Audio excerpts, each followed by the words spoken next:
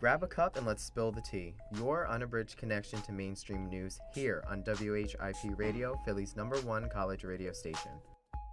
Hello and welcome to another fantastic, scorching episode of The Tea. I'm Jon Dowding, as always, your host, moderator, creator, all the titles, all the receipts for this show. Anyway, so I hope everybody's been good throughout the last week. It looks like a lot of people out there haven't been, specifically some people in Flint, as always. I mean, the Flint water crisis has been going on for what seems like, honestly, forever. Obviously, it's ridiculous that it is, first of all. Now it seems like there are some other issues that are arising from the water crisis.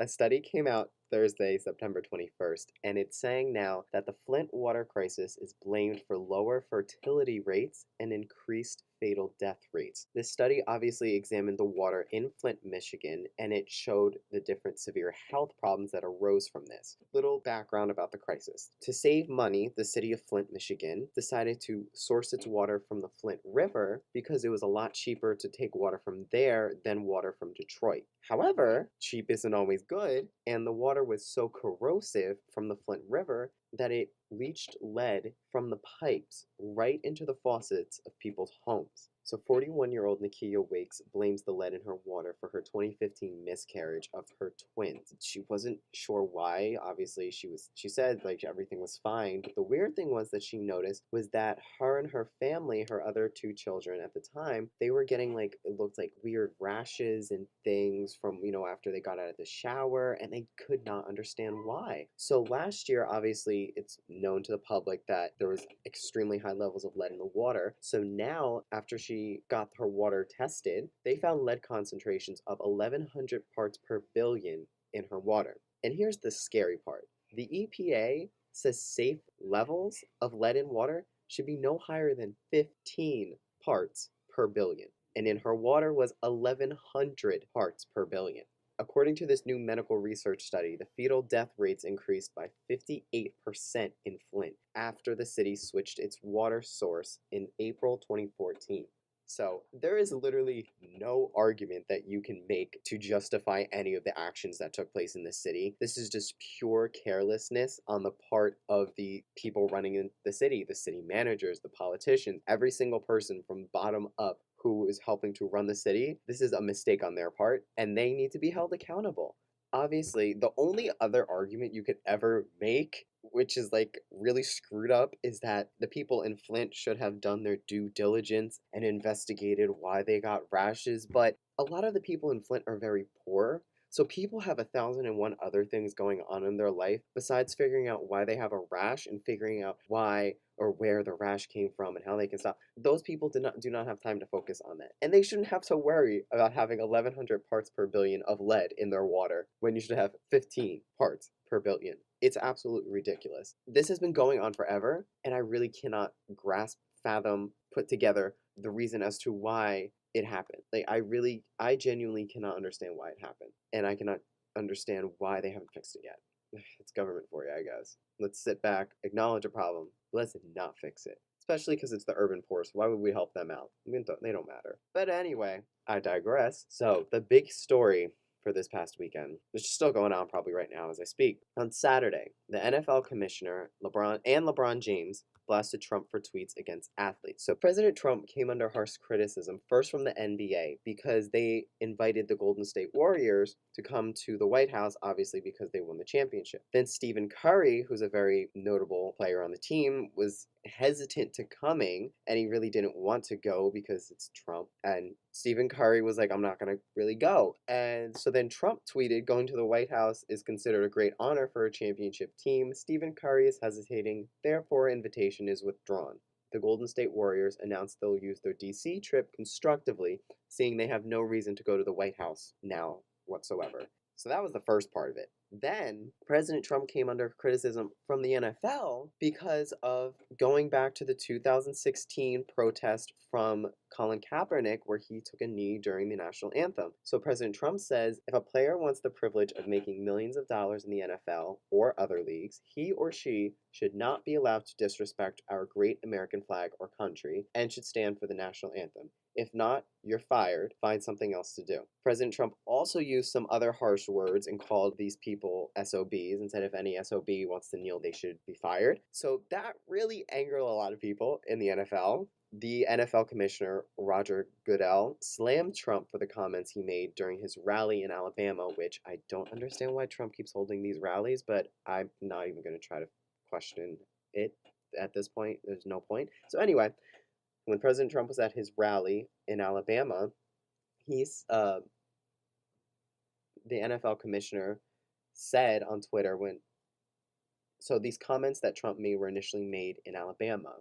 So the NFL commissioner slammed him and said, quote, divisive comments like these demonstrate an unfortunate lack of respect for the NFL, our great game, and all of our players, and a failure to understand the overwhelming force for good our clubs and players represent in our communities. So basically, he was really mad and PO'd that Trump said these things because let me wait. So that's the first part of the tea on that. Then, today, NFL players kneeled and linked arms during the national anthem in defiance of Trump. It first started with the Jacksonville Jaguars and the Baltimore Ravens when they were playing a game in London on Sunday. So basically what happened was they began by kneeling and linking arms during the national anthems. And this was not specifically including players. Some of the owners, some of the captains did this along with them. And then this happened at a bunch of different games across the country as well. Specifically, the Pittsburgh Steelers in a show of defiance stayed in the locker room during the anthem. After several NFL teams linked arms or kneeled or showed any sort of defiance against Trump's comments that players should be fired if they protest during the national anthem, the president tweeted on Sunday that he thinks linked arms are a show of quote, great solidarity for our national anthem and for our country. And then somebody explained to him that these people were coming for him. So then he changed his rhetoric real quick and was like, well, just kidding. People shouldn't be doing that. They should be fired, blah, blah, blah, hashtag MAGA. All this dumb, typical stuff going on. So I can see why people can be angry because for a lot of people, the American flag represents things such as service, such as patriotism, such as nationalism, and support for your country and the people who have risked their lives and put everything out on the line to support and protect this country and the rights that we as citizens of this country have. Completely valid. However, for others, it doesn't represent that. You have to keep in mind, and I really hate to say this, but there's so much talk about race in America nowadays because race is so ingrained in the fabric of America that it has to remain a part of the conversation. For a lot of African American men or women or just people of minority in general or even people of color, the America that some people know and recognize is not the same that they recognize. And African American people have had generations of history ripped from them because of slavery. And the America that they know is a country of people that ripped them out of their homes in Africa for their own selfish reasoning, and because of that enslaved people for decades and took away their rights and made them feel and made them, not even made them feel, but made them and placed them at the bottom of the societal hierarchy. And that is still going on today in different shapes or forms, like I talked about last week with mass incarceration. Now you have all of these major sports leagues, or whatever you want to call them. You have the NFL, the NBA, and the MLB. I was confusing all my letters. You have all these different sports. Obviously, baseball, you have football, you have basketball, and a lot of them people, and everybody knows this, a lot of the people and players in the game are people of color. And why are these people of color going to stand up, or why are they going to show, especially in a time of such disparity in our nation, why are they going to stand up and show support for something that is not supporting them? If you really want to extrapolate it, there are some people, those people who have time to just sit around and think about things. I ain't got time to do that because I don't think. Anyway, there are some people out there who claim that pro sports nowadays is almost like slavery. You train these young black people, specifically young black men, to come up and make them see and make them realize that you are valued because of your athleticism and because of your strength and because of the things that you can do physically. Not because of your intelligence, not because of your personal values, because of your physicality. And then they are broadcast on TV, and I mean, compared to slavery, they are paid millions of dollars for the enjoyment of the masses. Obviously, it's reaching It's reaching a little bit to say that pro sports is like slavery, but you have to admit there are some connections between the two. You really can't ignore that. So it all comes back to Colin Kaepernick, who stood out there alone and protested. And now he's a free agent and he's an incredible football player and he has no team to play for. And now people are standing up doing this. I think people should have obviously stood up themselves and like had the guts to stand up to support someone and a cause much bigger than themselves. But of course, it seems like somebody like Trump is what really got people to do it. So at least one, it happened, but two, shouldn't have happened. So the reasoning behind the whole protesting of the national anthem is because two people of color, two minorities, to the non-white straight public, the America they know is not the same America that the other people know.